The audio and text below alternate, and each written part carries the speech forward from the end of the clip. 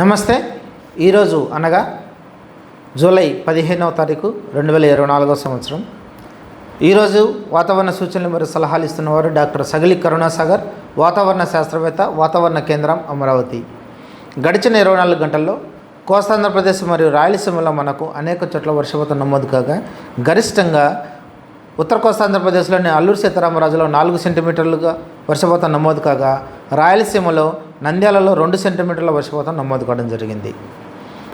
ఇక ప్రస్తుతం ఈరోజు చూసినట్లయితే దక్షిణ ఒడిశా తీర ప్రాంతమున గల వాయువ్య మరియు దానిని ఆనుకునున్న పశ్చిమ మధ్య బంగాళాఖాతంలో అల్పపీడన ప్రాంతం ఏర్పడింది.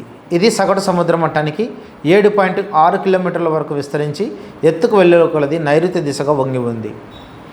సముద్ర మట్టం వద్ద ఉన్న ఋతుపవన ద్రోణి ఇప్పుడు జైసల్మేర్, కోట, గుణ, దామోస్, పెండ్రా రోడ్, సంబల్పూర్, పూరి గుండా వెళుతూ పశ్చిమ మధ్య బంగాళాఖాతంపై ఉన్న అల్పపీడనంకు ఆగ్నేయ దిశగా వెళుతూ సగటు సముద్ర మట్టానికి 1.5 కిలోమీటర్ల వరకు విస్తరించి ఉంది. 20 డిగ్రీల ఉత్తర అక్షాంశం వెంబడి గల గాలుల దిశ లేదా వేగంలో మార్పు అనగా షియర్ జోన్ సగటు సముద్ర మట్టానికి ఎగువన 3.1 మరియు 7.6 కిలోమీటర్ల మధ్య విస్తరించి ఎత్తుకు వెళ్ళే కొలది దక్షిణం వైపు వంగి ఉంటుంది.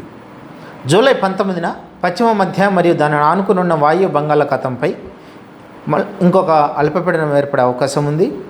నిన్నటి రోజున ఉన్నటువంటి గంగా పరివాహక పశ్చిమ బెంగాల్ మరియు ఆనుకుని ఉన్న జార్ఖండ్ మరియు ఒడిశా మీదుగా సగటు సముద్ర మట్టానికి 5.8 కిలోమీటర్ల ఎత్తులో విస్తరించిన ఉపరితల ఆవర్తనం తక్కువగా గుర్తించబడి నైరుతి దిశగా వంగి ఉంటుంది.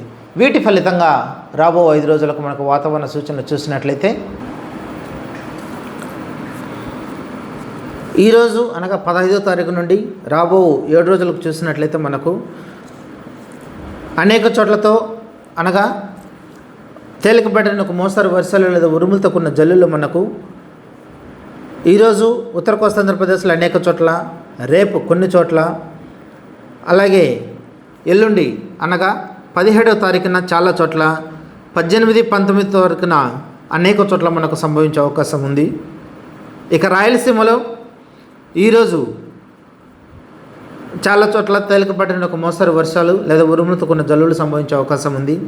రేపటి నుండి రాబో 4 రోజులు కూడా తర్వాత 4 రోజులు కూడా మనకు తేలికపాటి ఒక మోస్తరు వర్షాలు లేదా ఉరుములతో కూడిన జల్లులు మనకు కొన్ని చోట్ల సంభవించడానికి అవకాశం ఉంది. ఇక హెచ్చరికలు చూసినట్లయితే రాబో 5 రోజులు కూడా మనకు కోస్తాంధ్రప్రదేశ్ మరియు రాయలసీమలలో ఉరుములతో కూడిన మెరుపులు సంభవించడానికి అవకాశం ఉంది. అలాగే గరిష్టంగా గాలులు గంటకు 30 నుండి 40 కిలోమీటర్ల వేగంతో వీచే అవకాశం ఉంది. ఇక వర్షపాత హెచ్చరికలు చూసినట్లయితే ఈరోజు అనగా 15వ తారీఖున మనకు ఉత్తర కోస్తాంధ్రప్రదేశ్లో భారీ నుండి అతి భారీ వర్షాలు అల్లూరు సీతారామరాజు అలాగే పార్వతీపురం మన్యం జిల్లాలలో వచ్చే అవకాశం ఉంది. ఇక భారీ వర్షాలు దక్షిణ కోస్తాంధ్రప్రదేశ్లోని గుంటూరు, బాపట్ల, కృష్ణా, అలాగే ఏలూరు,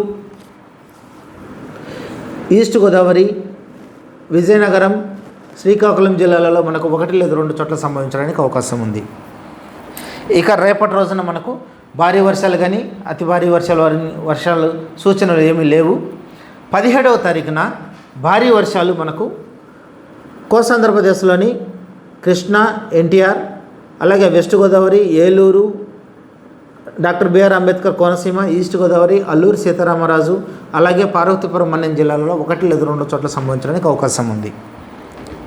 18వ తారీఖున భారీ నుండి అతి భారీ వర్షాలు మనకు వెస్ట్ గోదావరి, ఏలూరు, ఈస్ట్ గోదావరి, అల్లూరు సీతారామరాజు ఈ జిల్లాలలో 1 లేదా 2 చోట్ల సంభవించే అవకాశం ఉండగా భారీ వర్షాలు గుంటూరు, కృష్ణా, ఎన్టీఆర్, వెస్ట్ గోదావరి, డాక్టర్ బిఆర్ అంబేద్కర్ కోనసీమ, కాకినాడ, అలాగే పార్వతీపురం మన్యం జిల్లాలో 1 లేదా 2 చోట్ల సంభవించడానికి అవకాశం ఉంది.